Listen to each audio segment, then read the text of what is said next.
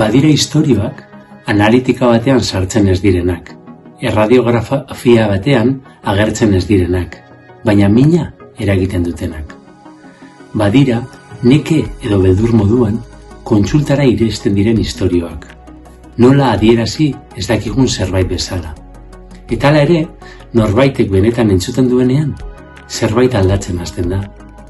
Byung-Chul Hanek dio, narrazioak sendatzen duela. Istorioak ez direlako bakarrik kontatzen. Istorioek eraikitzen dute nola ulertzen dugun gaixotasuna, zaintza eta bizitza bera. Horregatik sortu da ikastaro hau, narratiba eta osasuna. Osasuna sortzen duten istorioak nola kontatu. Narrazioaren indarra aztertzeko gune bezala. Praktika klinikoan, osasun publikoan eta zaintzen dutenen eta zainduak direnen arteko harremanean. Ekainaren 23 eta 24 izango da, Donostiako Miramar jauregian.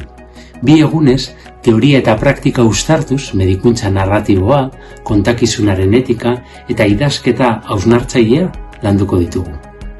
Ikastaro bizia parte hartzailea, elkarrizketan, esperientzian eta eginez ikasten oinarritua egongo da.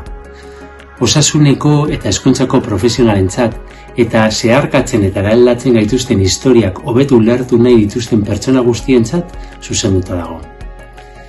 Ohore bat da niretzat ikastaro hau zuzentzea eta zaintzeko beste modu bat posiblea dela sinesten duten irakasle talde batekin batera garatuko dugu.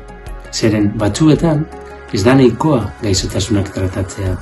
Batzuetan historiak entzuten ikasi behar dugu. Eta ikastaro honetan, zaintza modu gizatarreago eta errealago batean eraikitzen dituzten istorioak ehundu nahi ditugu. Horregatik, espero dut parte hartzea animatzea eta gurekin batera istorio horiek eraikitzea. Laster arte.